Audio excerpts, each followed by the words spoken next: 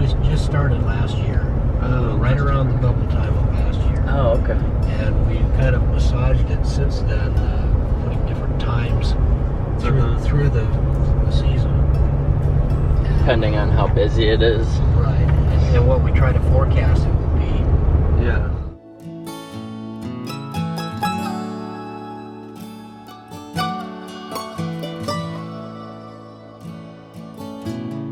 Good afternoon. So we ended up staying at Trout Lake last night, and we got in there and had some food at the cafe that was there, and coffee, which was lovely. And there's a general store there, which, oh, I have to say, they are some of the nicest people I have ever met. They are so hiker friendly at Trout Lake General Store. I'll put a picture up so you know which one I'm talking about. There is only one there.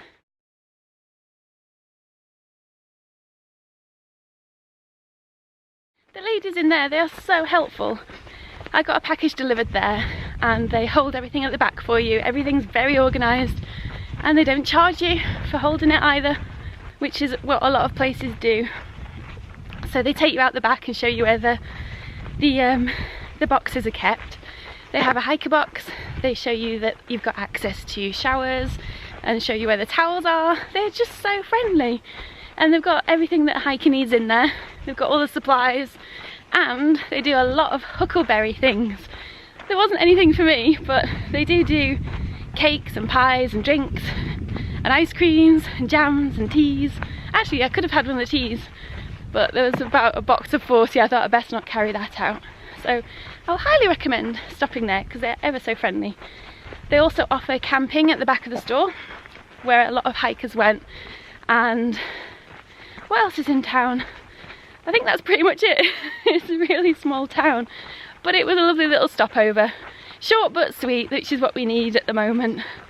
So I managed to get a shower and some food, got my clothes cleaned, and now back out on trail again. So we headed out on a shuttle. The town is so hiker friendly. What they offer is a shuttle service, which you will find on Guthooks. There's a list of all the times, but they do about 5 a day. It's a voluntary service that they've set up, so you get about 3 or 4 different people driving you backwards and forwards from the trail at the highway all the way down. It's about a half-an-hour drive. So there was one I think it leaves at 8 in the morning, 11, one around about 2ish or something. So check all the times if you're planning on doing it, but it is a voluntary service, but you can give donations, so that is something that's good. What it helps prevent is a lot of people turning up without any phone coverage and not being able to get hold of trail angels, or trail angels going backwards and forwards all the time. So they have schedules now, which makes it a lot simpler, and you throw all your packs in the back of the truck and they give you a ride to town and back again. So that was very much appreciated. So Trout Lake, you have been wonderful for us hikers, and we are very grateful. If anybody's ever watching this, I think they were talking about doing a YouTube documentary about hikers and trail angels.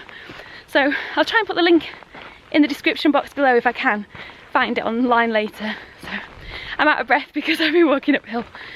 And yeah, we are just walking today until about maybe 5:30, 6 o'clock tonight, when we'll set up camp. And we have now got a 164-mile stretch until we get to our next location, where one of my boxes is waiting for me, because along this stretch it's kind of like very small towns and places to get food. So I've made sure I've sent myself boxes because I think I would struggle otherwise. And that's at, and I'm really bad at saying this, Snoqualmie, I think that's right. We could get off at White Pass or White's Pass if we wanted to, but we've decided not to. We want to go the full stretch, which will probably take us 7 days in total, we think, roughly.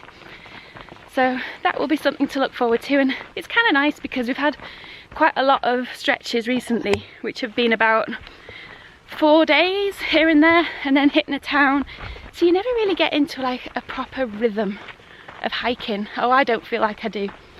Whereas knowing we're actually going to be out for a week I don't know, you can kind of embrace it a little more, knowing that it's longer. I know that sounds silly, but it's always the way that when we leave a town with a big resupply, so I've got 7 days of food in my bag, it's always uphill. So it's been uphill for about 8.5 miles this afternoon.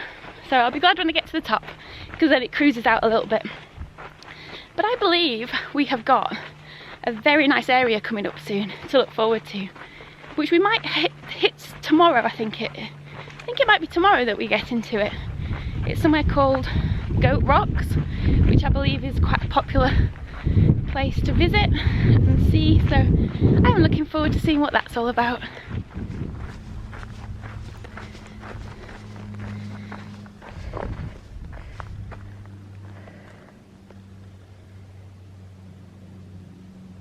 Is it just me, or does anyone else feel a little bit nervous when walking through burn areas? I can't think why. It doesn't quite seem real what I'm walking through. It's so weird. I know I've walked through burn areas before, but I don't know, it's very surreal and quiet. And in the distance, I've got a great big mountain coming up, and I can't wait to see it properly, because I've not actually had a proper sighting of it yet. Just see it through the trees.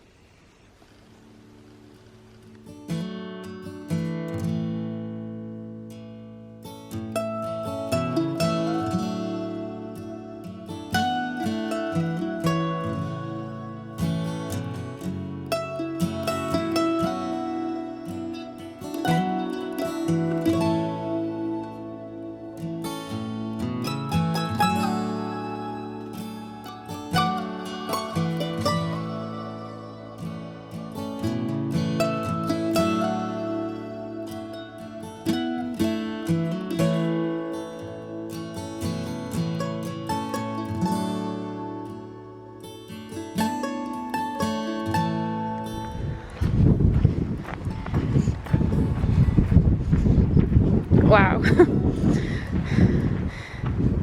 That is what we've just walked through.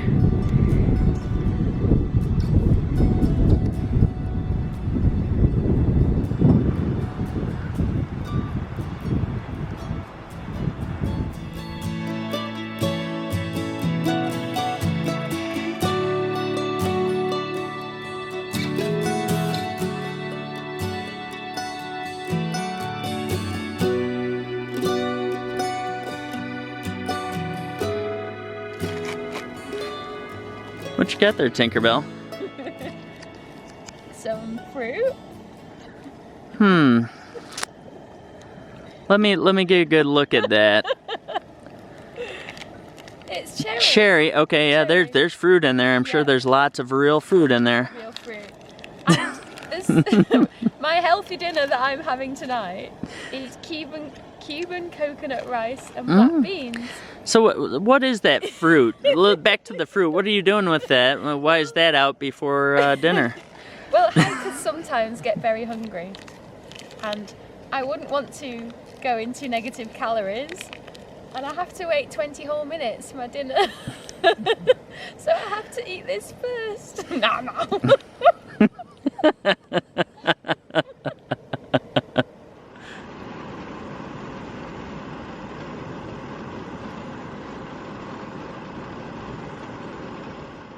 What are you having tonight for dinner, Keebler? I'm having ramen, which is a pretty standard backpacker meal. But I've got it spiced up with this Packet Gourmet company. They do these little vegetable ramen rescue things, which they're pretty good. They're not too expensive, but it just adds some veggies. Sometimes they have chicken in them, and I can cook it in the pouch, so I don't have to dirty up my pot, which is a beautiful thing. Every time.